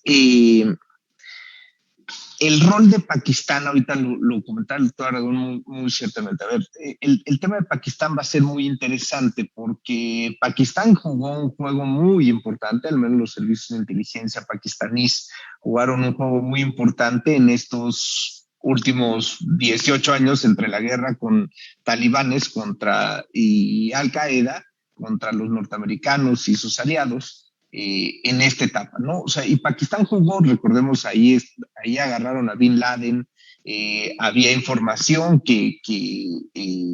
pues, mucha información o mucha fuga de información que se compartían los norteamericanos con algunos aliados y que sospechaban que Pakistán lo estaba vertiendo hacia los talibanes. Entonces, los talibanes, esa alianza fue hecha más bien Al-Qaeda con Pakistán, no necesariamente Pakistán con talibanes. Entonces, si bien yo creo que van a seguir juntos, porque pues, así lo han estado, ¿no? O sea, juntos pelearon, insisto, pelearon contra soviéticos y contra norteamericanos, y de las dos salieron airosos, no podría estimar que la relación sería distinta en los próximos años. Sin embargo, creo que ahí la manzana de la discordia va a ser la relación que se tenga con Pakistán, porque no hay mucha confianza de talibanes hacia pakistaníes, pero sí de Al-Qaeda hacia pakistaníes. Y creo que pues va a ser un punto muy relevante ver pues esos juegos de poder en los próximos años. Nada más, eso quería comentar. Gracias, maestro Franco. Así es, habrá que ver cuáles van a ser las tendencias futuras respecto a este tema. Y hay otra pregunta para la mesa. ¿Qué tipos de terrorismo serán los que sean más prominentes en el futuro cercano, a corto plazo? No sé si alguien quiera responder a esta pregunta.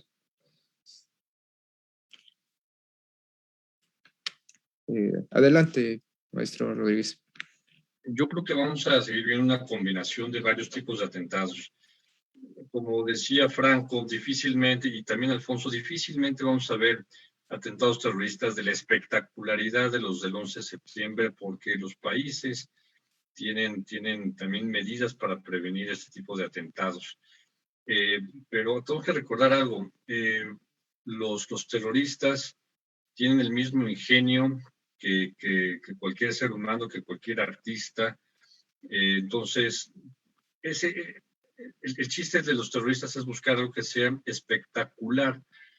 En términos organizativos es difícil que se pueda organizar un atentado como el del 11 de septiembre porque además se necesita mucho recurso. Ahora los talibanes tienen el recurso, ¿no?, de tener un Estado y de seguir controlando las redes de producción de opio y de heroína hacia Europa, China, Rusia, etc. Entonces, no veo un atentado terrorista espectacular próximamente. El 11 de septiembre, y hay que estar atentos, la verdad es que todas las agencias de inteligencia van a estar muy atentas porque también los grupos terroristas buscan las fechas icónicas para cometer atentados. El Estado Islámico lanzaba fatuas y lanzaba mensajes para cometer atentados durante el Ramadán. Entonces, yo creo que van a seguir sobre objetivos blandos, civiles, espacios icónicos de la vida occidental. El Estado Islámico lo que hizo fue poner como objetivo terrorista la vida occidental. Los atentados del 13 de noviembre en París fue eso, la vida nocturna en París, de restaurantes, la vida nocturna de París en centros de espectáculos y los escenarios deportivos, ¿no? Entonces, yo creo que las agencias de inteligencia tienen que seguir teniendo en cuenta centros turísticos como Bali, como Sharm el Sheikh en Egipto. Yo creo que todo eso tiene que seguir estando en la lista de prevención de atentados terroristas por parte de las organizaciones de los estados, Mario. Gracias, maestro Rodríguez, muchas gracias. ¿Alguien más quisiera dar un comentario? Adelante, maestro Franco.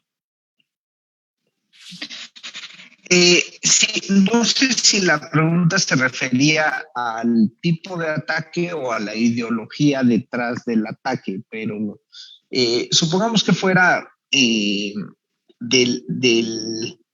ideología también, para explicar por otro lado.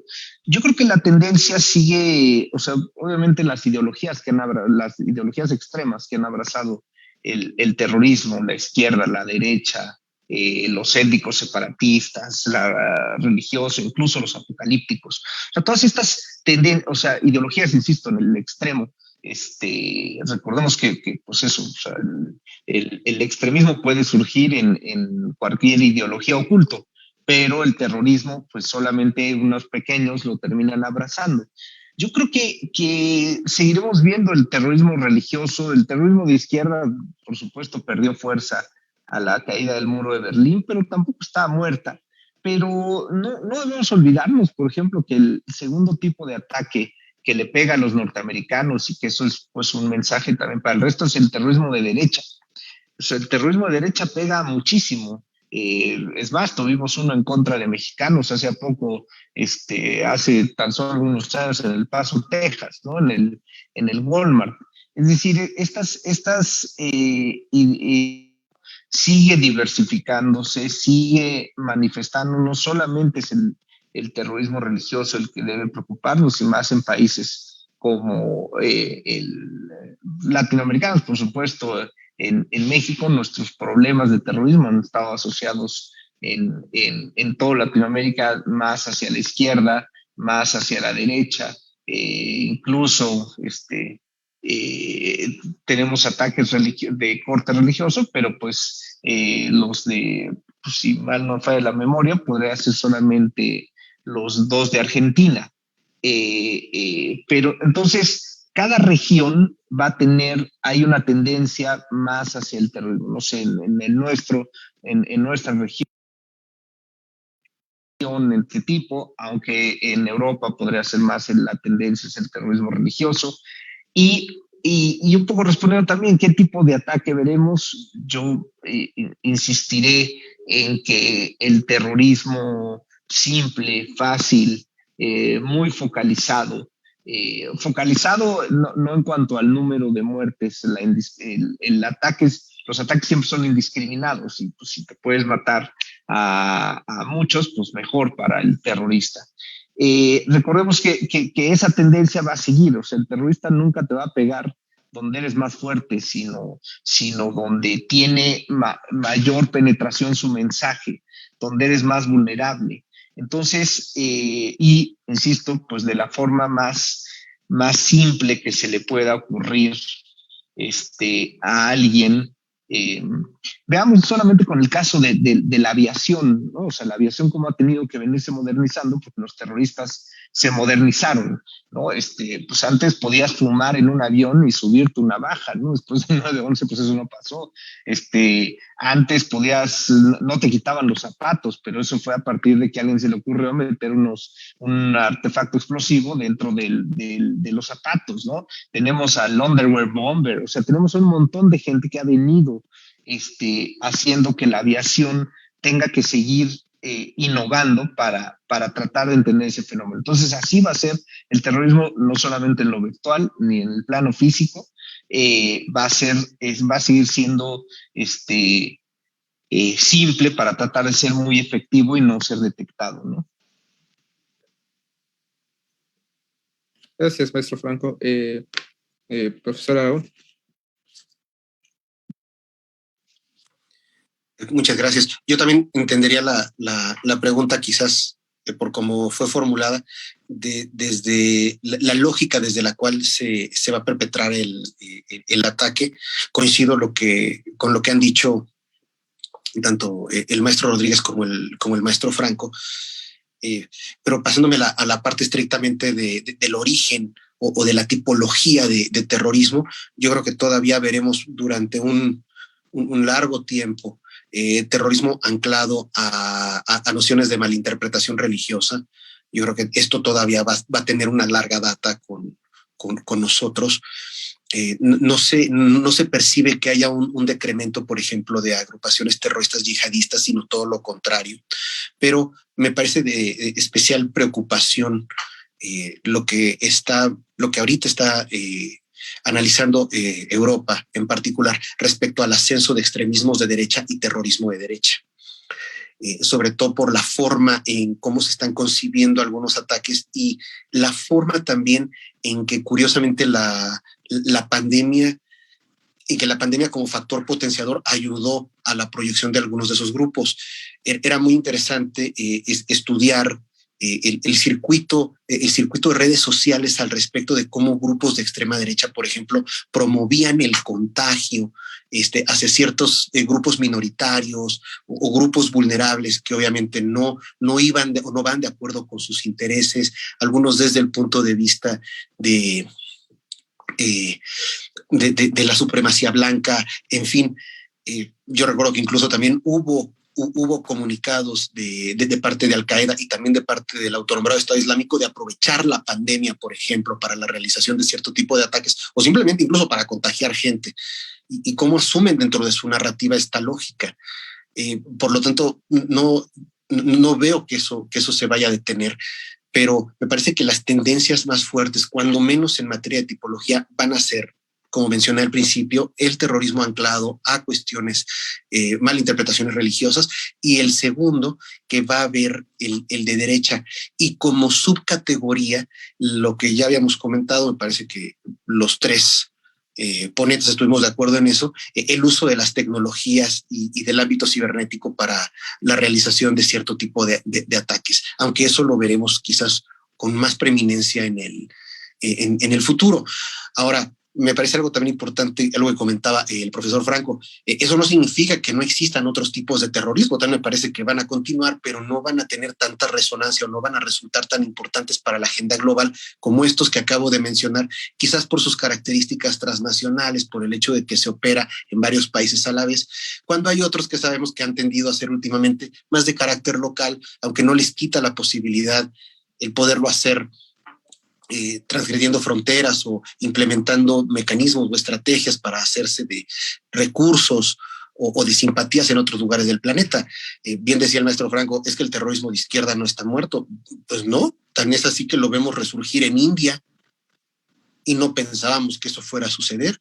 Tenemos ahora un repunte de sendero luminoso muy particular en el Cono Sur, que si bien no es el sendero que conocimos, no es el sendero de Abimael Guzmán en las montañas, etcétera, etcétera, pues trata de tener esa particularidad ideológica, aunque se acerca, pareciera más a cuestiones de delincuencia organizada. En fin, hay mucho que se podría platicar, pero también creo, y subrayo también lo que muy bien platicaba en su momento el maestro Rodríguez, aunque no sea una tipología, pero sí es una tendencia particular, la continua vinculación del terrorismo con la delincuencia organizada transnacional. Yo creo que eso va a ser una tendencia, pues ya no digo inevitable porque ya existe, simplemente que la vamos a ver expresarse de otras formas y que también eso nos exige nuevas formas analíticas de todo esto que se va a presentar. Hasta ahí dejaría el comentario. Muchas gracias. Muchas gracias, profesor Aragón. Y bueno, para ir cerrando, procederemos a una ronda de reflexión final de nuestros panelistas.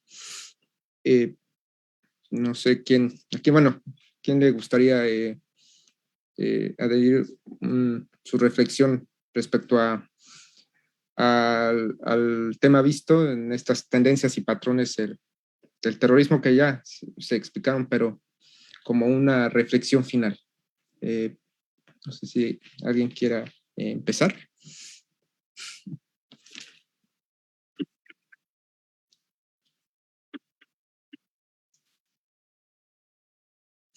Adelante, profesor Aragón. Bueno, pues antes de hacer algunos comentarios finales, bueno, pues agradecerle a la mesa, a mis colegas y amigos por este espacio de reflexión, a ti, Mario, por la amable moderación, a Genaro y al resto del equipo de trabajo por la organización también y el muy eficiente desarrollo del seminario, de estas mesas que sin duda contribuyen pues al desarrollo de la Escuela Mexicana de Pensamiento en materia de terrorismo. Y bueno, simplemente cerraré como algunos comentarios finales, que será importante sin duda tomar en cuenta el ciberespacio como un gran caldo virtual de problemáticas asociadas. Lamentablemente, buena parte del planeta no está preparada para hacerle frente a los problemas que puedan erogarse de este espacio tan particular. Vale la pena hacerlo, tratar de hacerlo ahora, cuando quizás, aunque ya vamos un poco tarde, todavía se pueden establecer acciones y estrategias para no generar un momento irreversible como ya lo estamos viviendo en otros ámbitos, como cuál seguramente preguntarán, y perdón que lo diga así, pero a mi juicio, el mayor grande éxito del terrorismo de los últimos 30 años ha sido generar un ambiente en el cual cualquier tipo o ejercicio de la violencia se magnifica de una manera rápida, eficiente y lamentablemente impactante para los tejidos sociales a nivel mundial, independientemente del tamaño del ejercicio de esta violencia. Y ese ha sido un éxito de las agrupaciones terroristas, es decir, la generación de un ambiente extremadamente sensible respecto a este tipo de cosas, que además le permite tener mucho mayor impacto y alcanzar otras audiencias que en su momento pues nunca hubieran pensado. Eso ahorita en este momento ya es irreversible. El momento tecnológico, el momento actual en su constante evolución ya no permite dar vuelta atrás sobre este proceso. Y el espacio cibernético y el espacio virtual, son espacios sobre los cuales todavía se puede alcanzar a trabajar, aunque a mi juicio ya vamos con un hándicap en contra, pero todavía se pueden realizar esfuerzos para tratar de minimizar o de contener los problemas que el terrorismo puede llegar a presentar desde este tipo de ambientes y de formas, sin olvidar que obviamente la profesionalización tecnológica de los grupos, ya lo hemos estado viendo, utilización de drones, hackeos de diversos tipos, pues seguramente van a continuar y nos supone también otros retos. Hasta aquí dejaría la reflexión y nuevamente pues muchísimas gracias a mis colegas y amigos del panel, a ti, grupo de organizadores y a quienes amablemente nos están viendo por los canales y redes sociales propios de la facultad. Muchísimas gracias. Muchas gracias por las reflexiones, profesor Aragón. Creo que había alzado la mano el maestro Franco, si no me equivoco. No sé si... Sí, adelante, maestro. Sí, también igualmente agradecerles, amigos, colegas, por la invitación y por la reflexión tan oportuna a 20 años de un suceso de esta naturaleza. Mi reflexión final siempre es que el terrorismo, aunque sea un fenómeno pequeño frente a la cantidad de problemas que tenemos a nivel internacional. Yo creo que es un fenómeno que tiene que seguir en constante evolución, entenderlo, cada vez ir más profundo sobre, pues eso, sobre las personas que lo integran, los procesos de radicalización, la llamada radicalización 2.0, 3.0, ¿no?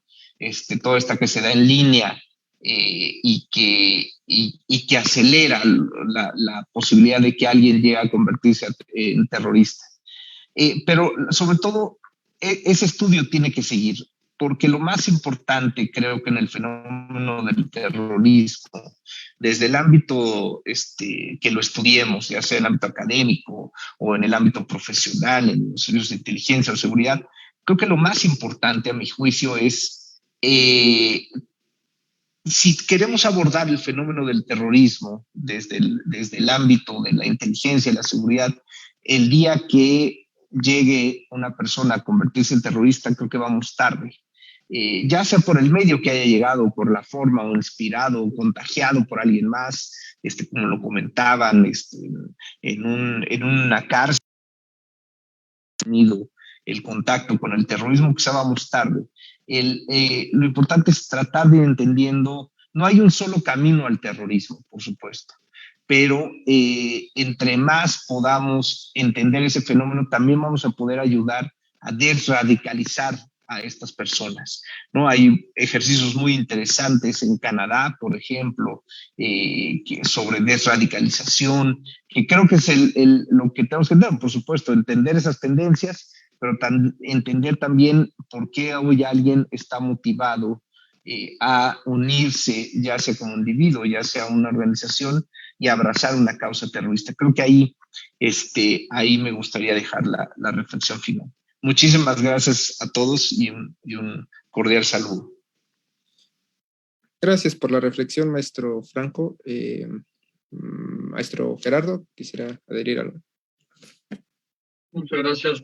Yo me quedo con lo importante que son estos espacios de reflexión a 20 años de un suceso que cambió al mundo en el tema de la agenda de seguridad internacional. El 11 de septiembre no cambió el sistema internacional, no cambió la correlación de poder de los países.